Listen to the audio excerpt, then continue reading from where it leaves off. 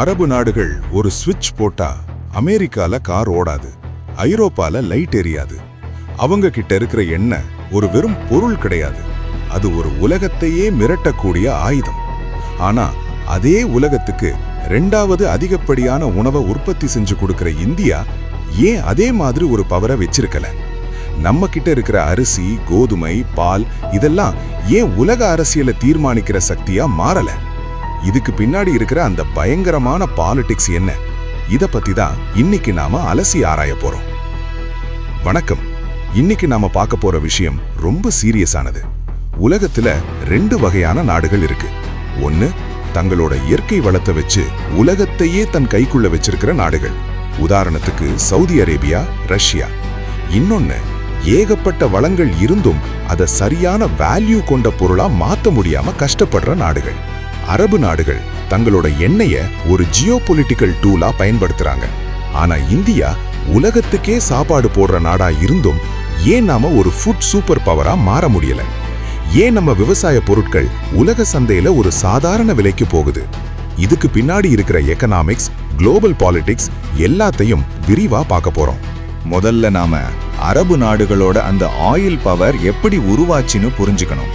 1970களுக்கு முன்னாடி வரைக்கும் அரபு நாடுகள் ஒன்றும் அவ்வளவு பெரிய பவர் கிடையாது. ஆனா 1973ல ஒரு முக்கியமான விஷயம் நடந்துச்சு. ஓபெக், அதாவது organisation of the petroleum exporting countries நாடுகள் ஒன்னா சேர்ந்து எங்களுக்கு எதிராக இருக்கிற நாடுகளுக்கு எண்ணெய் தரமாட்டோம்னு ஒரு தடையை விதிச்சாங்க. அப்போதான் உலகம் ஒரு விஷயத்தை புரிஞ்சுக்கிச்சு.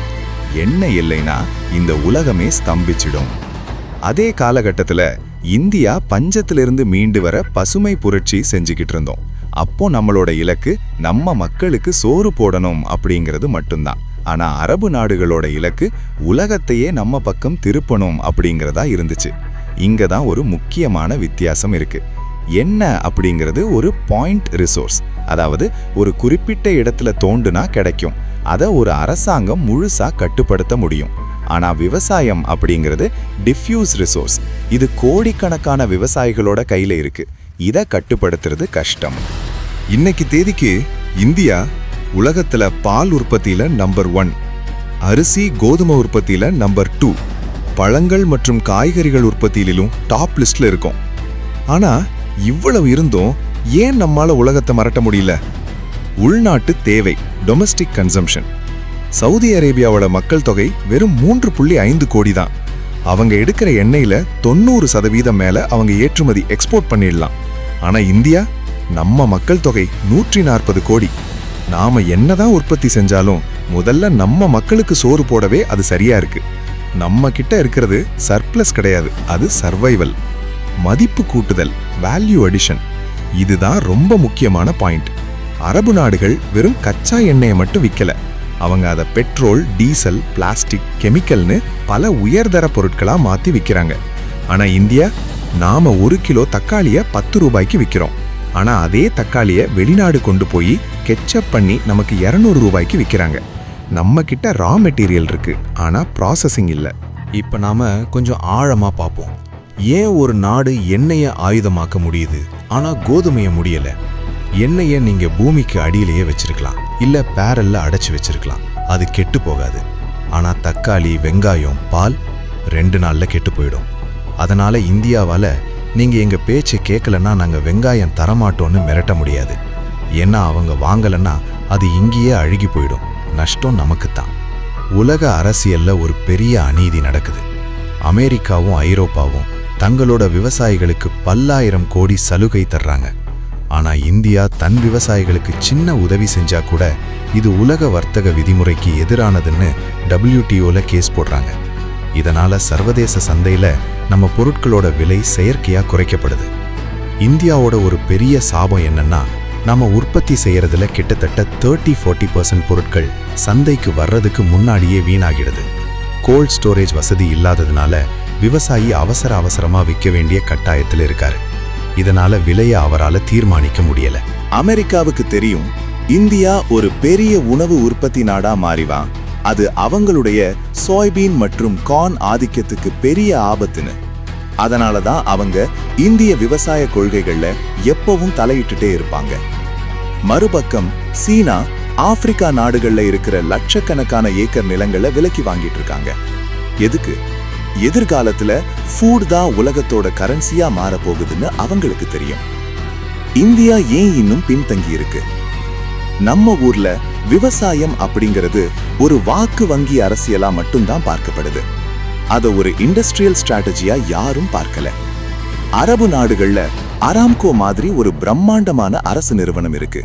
ஆனா இந்தியாவில விவசாயத்தை ஒருங்கிணைக்க அப்படி ஒரு உலகத்தரம் வாய்ந்த நிறுவனம் இல்ல. சவுதி அரேபியாவோட ஜிடிபில 40% எண்ணெயை சார்ந்திருக்கு.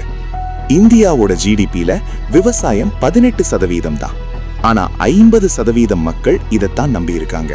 இதோட அர்த்தம் என்னன்னா, குறைவான மக்கள் அதிக பணத்தை ஈட்டுறாங்க அரபு நாடுகள்ல. ஆனா இந்தியாவுல அதிகமான மக்கள் குறைவான பணத்தை ஈட்டுறாங்க. ஒரு பேரல் கச்சா எண்ணெய் விலை இன்னைக்கு $80, சுமார் 6500 ரூபாய். ஆனா $80க்கு நீங்க எவ்வளவு அரிசி விற்கணும்னு யோசிச்சு பாருங்க. கிட்டத்தட்ட 150-200 கிலோ அரிசி வித்தாதான் ஒரு பேரல் எண்ணெய்க்கு சமமான காசு கிடைக்கும். இங்கதான் டேர்ம்ஸ் ஆஃப் ட்ரேட் இந்தியாவுக்கு எதிரா இருக்கு. நாம கம்மியான விலையுள்ள பொருளை அதிகமா உற்பத்தி செய்றோம். அவங்க அதிகமான விலையுள்ள பொருளை கம்மியா உற்பத்தி செஞ்சு உலகத்தை மிரட்டுறாங்க. இப்படியே போனா என்ன ஆகும்? இல்ல இதை எப்படி மாத்தலாம்? காலநிலை மாற்றம் காரணமா இந்தியாவோட உற்பத்தி குறையலாம். நாம நம்ம மக்களுக்கே சாப்பாடு வாங்க வெளிநாடுகளை நம்பி இருக்க வேண்டிய நிலை வரலாம். அப்போ நம்மளோட இறையாண்மை கேள்விக்குறியாகும். சினாரியோ 2. இந்தியா ஃபுட் ப்ராசஸிங்ல அதிக முதலீடு செய்யணும். வெறும் கோதுமையை விற்காம அதை பாஸ்தாவா மாத்தி விற்கணும். வெறும் பாலை விற்காம அதை சீஸ் மற்றும் புரோட்டீன் பவுடரா மாத்தி விற்கணும். இந்தியா ஒரு ஃபுட் ஓபெக் உருவாக்கணும். தாய்லாந்து, வியட்நாம் மாதிரி அரிசி ஏற்றுமதி செய்யற நாடுகளை சேர்த்துக்கிட்டு நாங்க சொல்ற விலை கொடுத்தாதான் அரிசின்னு சொல்லணும். சினாரியோ 3. மெதுவா இந்தியா ஆக்ரிடெக் பக்கம் போயிட்டு இருக்கு. ட்ரோன்கள், ஏஐ இதெல்லாம் விவசாயத்துல வர ஆரம்பிச்சிருக்கு.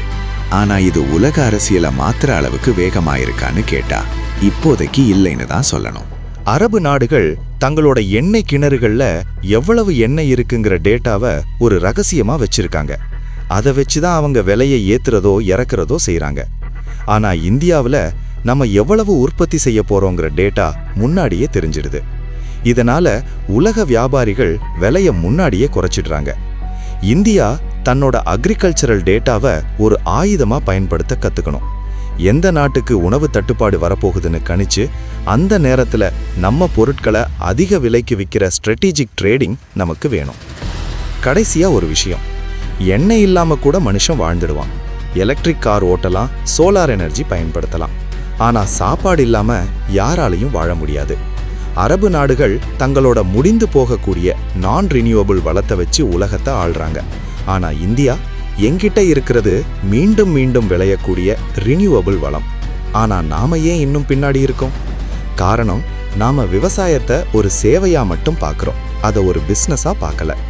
என்னைக்கு இந்திய விவசாயி ஒரு பிஸ்னஸ்மேனா மாறுறாரோ, என்னைக்கு இந்திய அரசாங்கம் விவசாயத்தை ஒரு ஜியோ பொலிட்டிக்கல் வெப்பனா பார்க்குதோ, அன்னைக்கு தான் அரபு நாடுகள் பெட்ரோல் ஷெட்டை மூடுற மாதிரி நாம உலகத்தோட டைனிங் டேபிளை கட்டுப்படுத்த முடியும். உங்க கருத்து என்ன? இந்தியா உண்மையிலேயே ஒரு ஃபுட் சூப்பர் பவரா மாற முடியுமா? இல்ல இந்த உலக அரசியல் நம்மள விடாதா? கீழே கமெண்ட்ல சொல்லுங்க. இந்த வீடியோ உங்களுக்கு பிடிச்சிருந்தா லைக் பண்ணுங்க, உங்க நண்பர்களோட ஷேர் பண்ணுங்க. மறக்காம நம்ம சேனலுக்கு சப்ஸ்கிரைப் பண்ணுங்க. அடுத்த ஒரு சுவாரஸ்யமான புவிசார் அரசியல் வீடியோல சந்திப்போம். நன்றி.